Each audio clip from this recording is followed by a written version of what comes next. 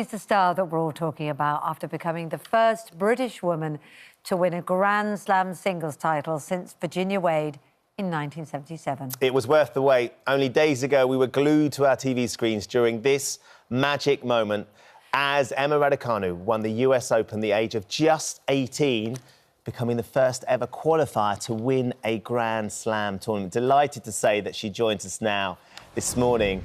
Emma, I wonder, in the whirlwind that has been the last 6 days, if it's come anywhere close to sinking in that you are now a Grand Slam champion.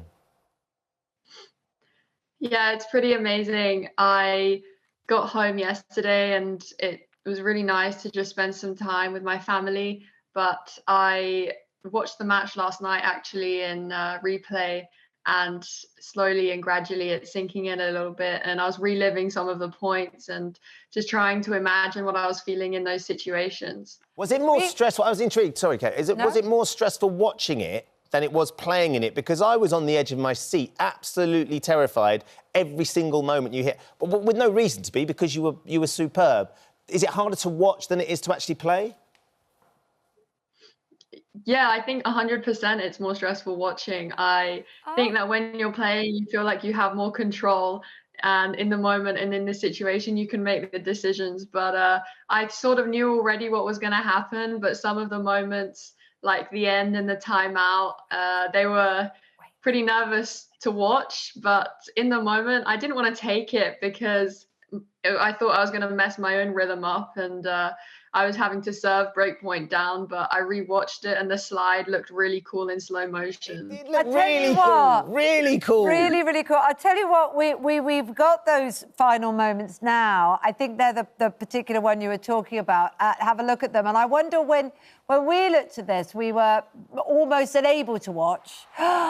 Oh, my goodness. But serving, I mean, Emma, but serving were you feeling an ace exhilaration? Were you feeling... what were your thoughts at that moment?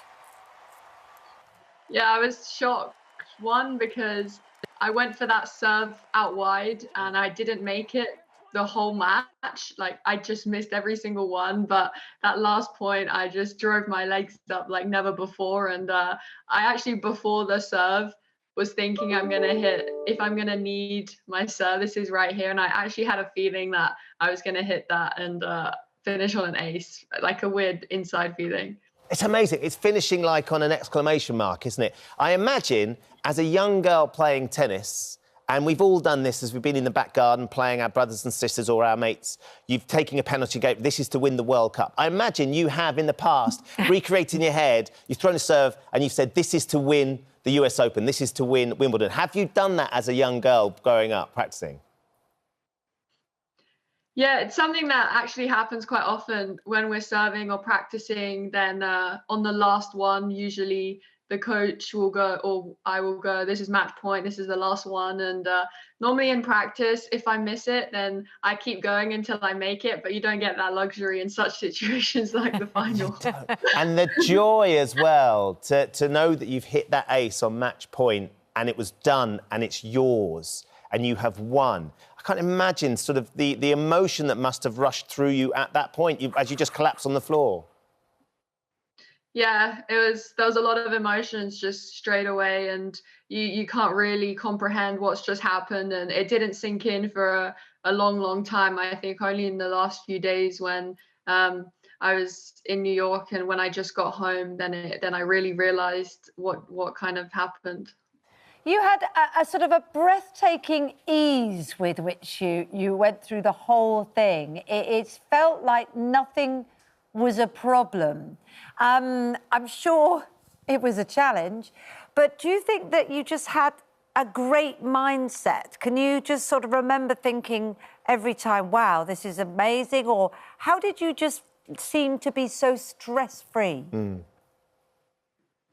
Yeah, I think that the scores that from my matches during the tournament I didn't drop a set, but in all of those sets, I think there were moments where I could have easily lost the set because the margins are so fine, and even if the score says one thing, the long games and specific points in big moments can determine a set and a match. So all of those matches, I was playing great players and facing a lot of adversity in each one.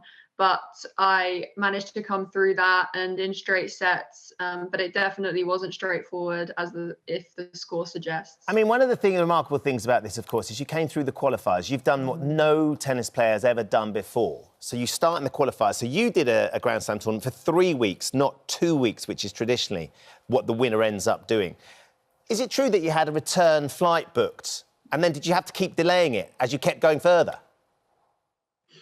I'm pretty sure I had mine booked at the end of qualifying, but I know for sure that my team had it booked like 2 days after, and they were pushing it back every round. They were calling the travel agents and 2 days, 2 days, 2 days. And by the end, I'm pretty sure the travel agents recognized every time the number called and what was going to happen. Oh, and I bet that was one flight that they were quite happy to put back because you were still in. They were delighted. You might have to do that every time now. That could be your lucky thing, that you never make an assumption.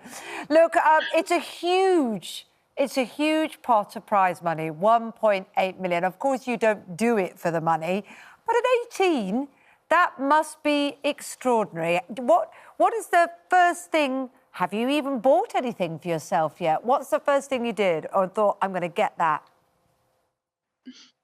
No, I haven't done anything or bought anything yet. I know that tennis is an extremely expensive sport from everything that I've played and from when I've traveled in a young age. There are a lot of expenses, so probably go towards that. And also, but then I don't really think of, the money side of it. I just love competing, and I know that there are a lot of like taxes and expenses. So Emma, come on, stop being so sensible. Stop being so sensible. That sounds like your mum and dad talking. Yeah, you've got very sensible head on the shoulders. Can I just ask a question?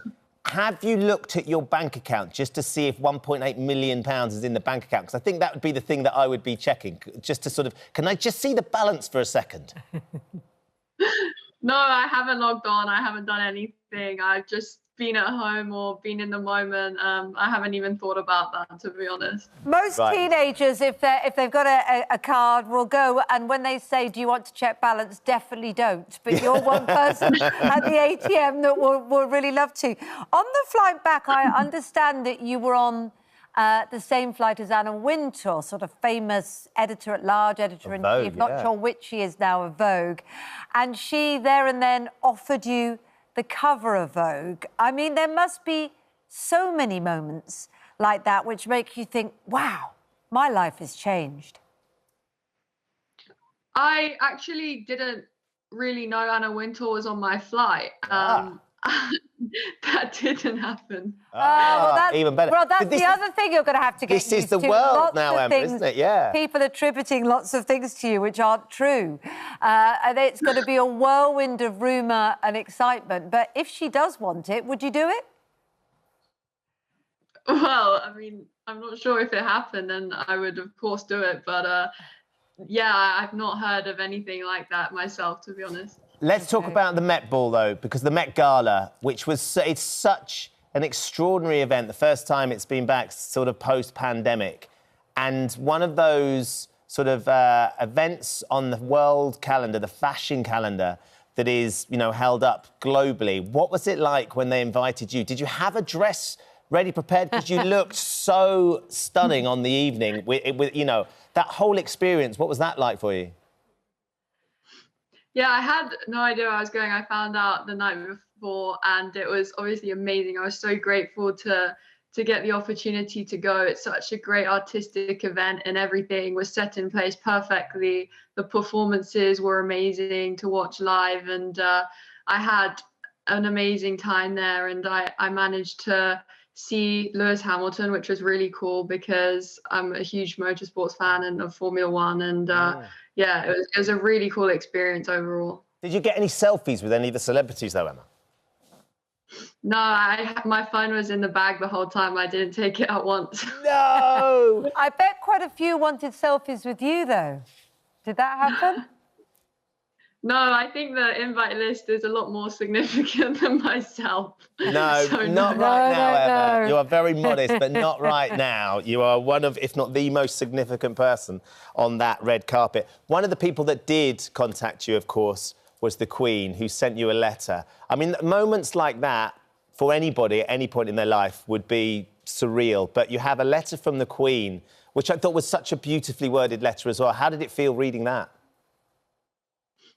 Yeah, it was absolutely amazing to receive a letter from Her Majesty. I had no idea it was coming, and when I was reading it, I was a bit in shock that the Queen was following, and I think it was such a great feat for two teenagers to play in the final, but also for British tennis. So yeah, I'm really, really honoured and grateful for that. Most people have to wait till they're 100 for a letter from the Queen, and you got it at 18.